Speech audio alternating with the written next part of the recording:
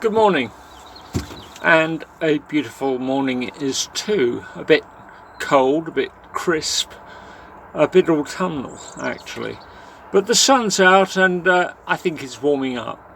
It's going to be a good day.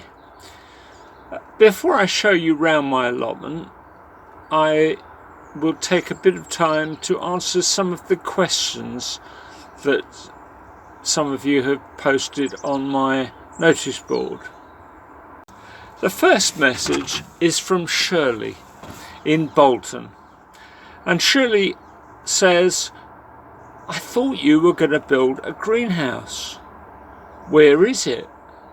Well, that's a fair question, Shirley, and I did say that I would build a greenhouse, but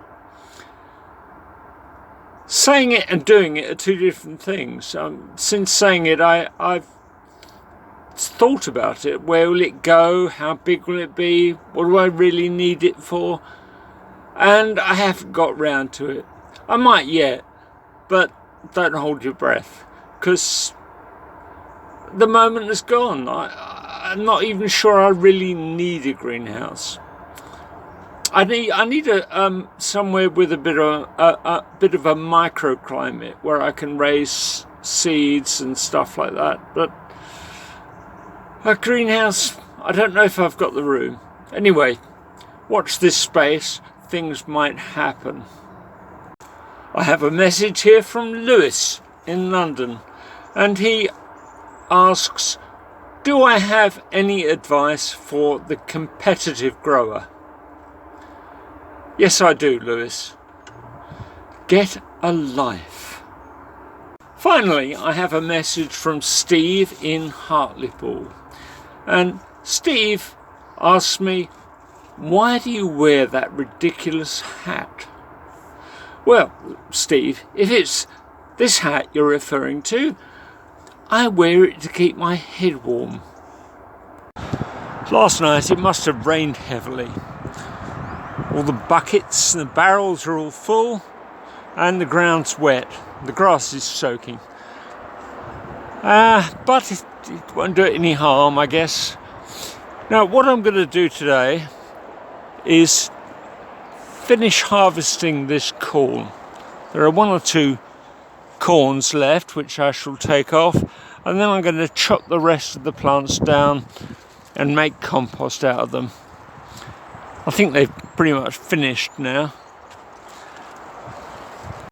The onions I planted only a week or so ago are beginning to throw up their little green shoots. That's very encouraging.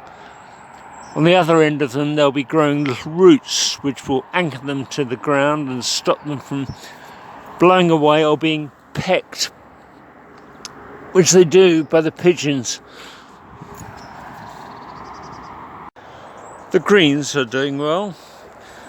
Kale here, some chard, and some broccoli plants there, and there's some more broccoli here that seem to be even more advanced, and they will provide me with greens through the winter. The apples are almost all picked, but there are still a few of these left. They're russets. They're very small, but they're quite tasty. I made a start on the corn, but a really annoying thing has happened. I've lost the return spring on my secateurs. It's somewhere on the allotment, but, well, I don't think I'm going to... It'd be like looking for a needle in a haystack, literally. Anyway, I've got a spare at home and I'm going to go and get that, but without the return spring, every time you make a cut, you have to open the jaws again. So it's not really worth the hard work. So I'm going to finish up here and then I'm going to go home and get that spring. That is the secateurs fixed. So much easier to operate when they open of their own accord. When I bought that spring that I put in, it came as a packet of 2, And that was before they had even invented the internet. So I've been keeping it all these years, and now, finally, I use it. I hope it lasts as long as the other one did. That's the last of the sweet corns. I suppose I might have missed one, but I think that's pretty much it. On a good year, you get more than one sweet corn cob from every plant, but this wasn't a good year. It was cold and wet. So I've got most of the plants produced a cob, and some of them produced better ones than others.